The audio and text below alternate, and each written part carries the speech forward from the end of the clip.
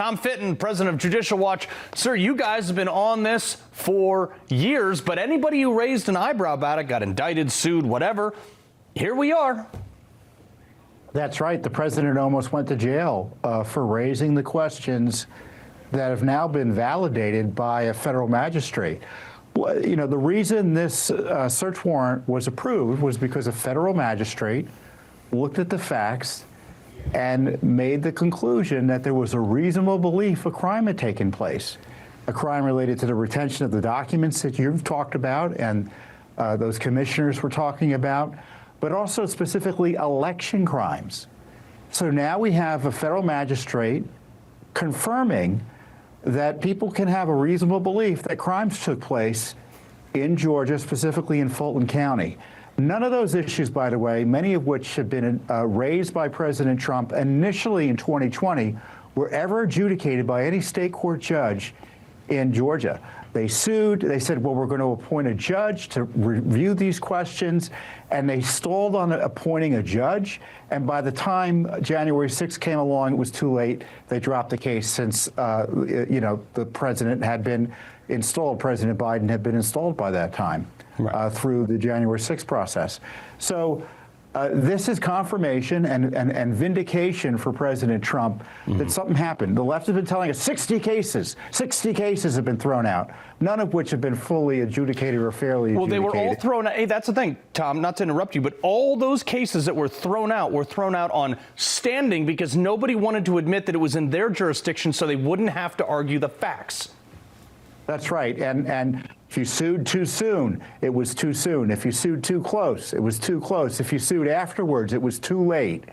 And now we know that there was a crime potentially because it's been validated and vindicated through this court process. You know what's really spooking the left, though, is Director of National Intelligence, which is, she's kind of an odd person to be injected into this, but Tulsi Gabbard's presence at yesterday's search.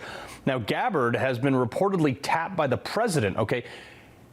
This makes me, not concerned. It actually makes me glad that they're looking into this seriously, but keep in mind, she's in charge of CIA and all the intel agencies and all these things. Is there concern, do you think, by her presence that there might have been government agencies in on this? Oh, that's a good point. I mean, the initial analysis would be maybe there was a foreign intelligence component to this election misconduct.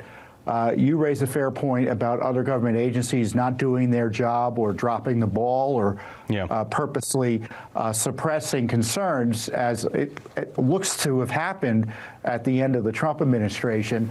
But it looks like generally Tulsi Gabbard is there because the president wants someone he can trust to help run down some of these issues. Hey, you know, we just can't rely on the Justice Department alone or the FBI alone. It's got to be all hands on deck, and it's reassuring a top presidential confidant is there. Yeah, well, Tom, I want to stay with us real quick. I want to bring in my buddy Jay Town, Newsmax legal analyst. Jay, same question to you. Is it possible that Tulsi Gabbard being involved in this shows that there may have been some government collusion in all this, too?